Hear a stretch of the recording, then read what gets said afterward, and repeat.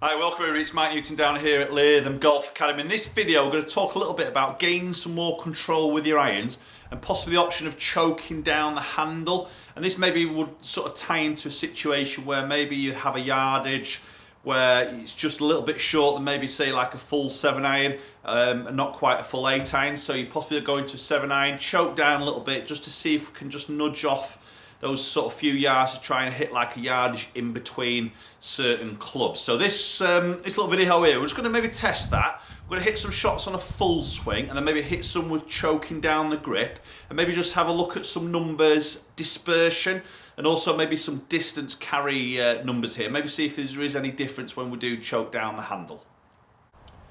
So I've set myself up on the green here about 165 yards out. I've got a 7-iron here, so I think full swing I should be getting somewhere around that 160 sort of carry to maybe 165 on some decent strikes. So I'm going to hit some shots full swing first. So normal grip position on the handle of the club, normal sort of full swing golf shots here. So we'll get the first one hit.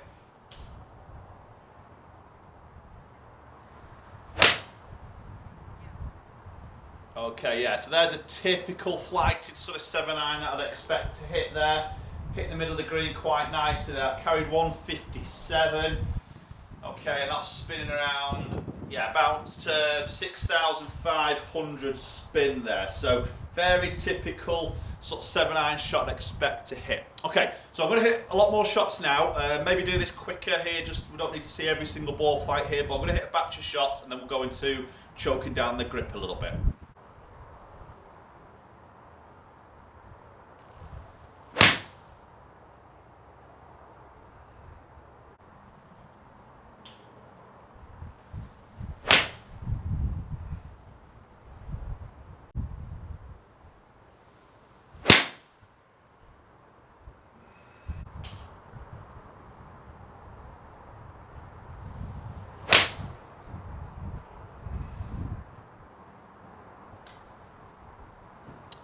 Right, okay, so there's a batch of shots hit with a normal hand position and normal sort of full swing that carried out 164 there. So some nice shots hit there. So what we're just going to do now, obviously flick over, I'm going to grip into slightly sort of down the handle of the golf club and let's see if these numbers change.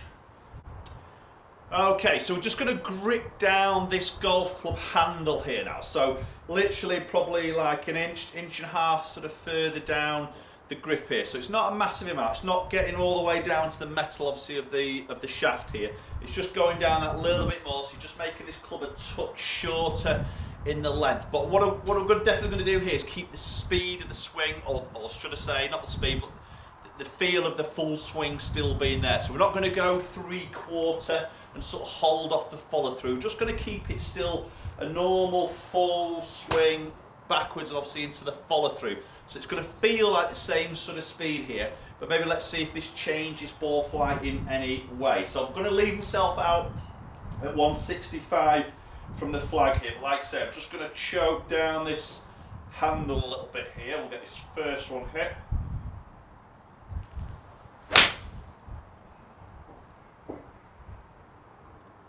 Okay, so yeah, I think seeing a slightly lower ball flight there, definitely come off a little bit low, and that's one thing you'd expect to see from gripping down. It's just the flight, the ball might just drop down. So certain situations on the golf course really might sort of encourage this sort of particular choking down the grip. You know, obviously if that wind's a little bit into, you might just sort of grip down and just hit it maybe a little bit easy, just drop that flight of the ball a little bit lower there into the target.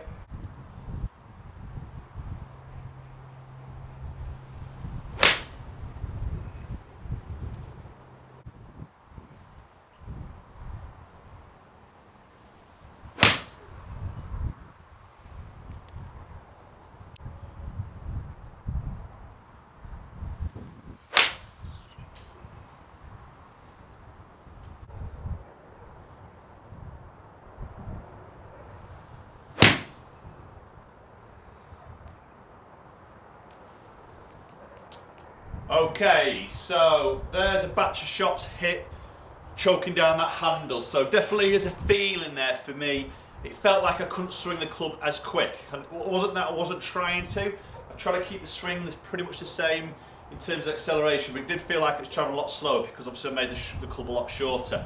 The flight seemed to look a little bit lower there. It'd be interesting to look at launch angle there, and also maybe a little bit of spin, possibly expecting that spin number to come down. If my speed's just dropped a little bit, I'm guessing ball speed will have dropped down on average, and then the spin probably just come down a touch as well. So, but let's have a look at some numbers in a little bit more detail, and let's have a look at the differences between those two shots.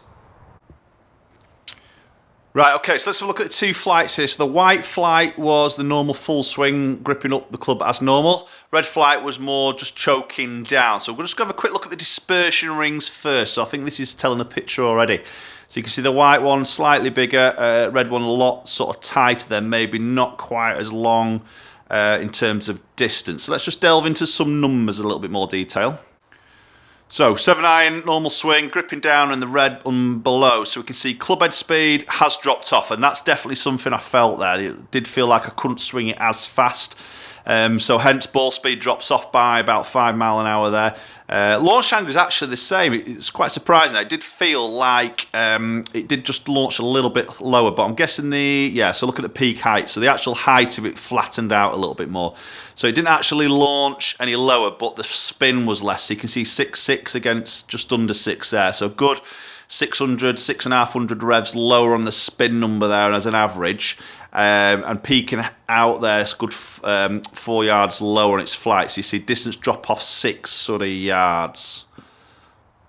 Okay, so we can probably see there, you know, we're seeing that sort of 6 yard drop off as an average there. So definitely like half a club less there. So if I was in a certain position where my yardage would sort of say, well, 7 irons too far full swing, 8 irons not quite enough, you know, that choking down would just pull that gap in sort of half a club back, which would hit a spot. But then it also at the same time gives me a slightly different ball flight. So slightly flatter on the peak of its flight there, touch less spin, a little bit less speed, and maybe a little bit more of a controllable shot, because you can see that dispersion just gets a little bit tighter there.